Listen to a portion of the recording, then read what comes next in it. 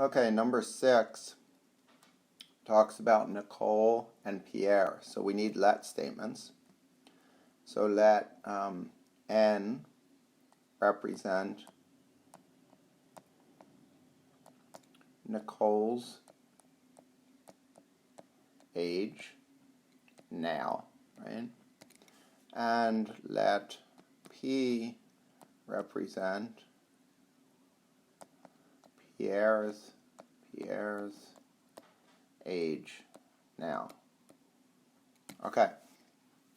So now I'm just going to read the sentences and I'm going to translate going from left to right. So it says Nicole is, so that's N equals, is equals, 5 years older than Pierre, P plus 5. So there's the first equation. In the second equation, it says last year she was. So last year she was N minus 1, right? So last year she was twice as old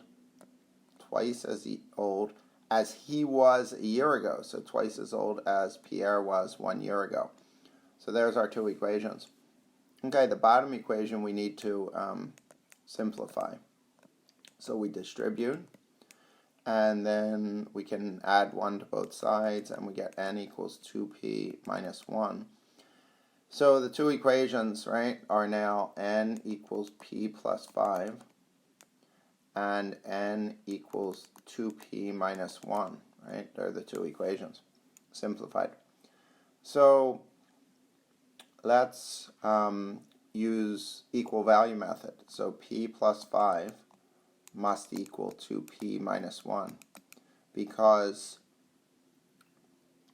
they're both equal to N, right? So I could subtract P from both sides. So 5 equals 2P minus 1. P is P minus 1.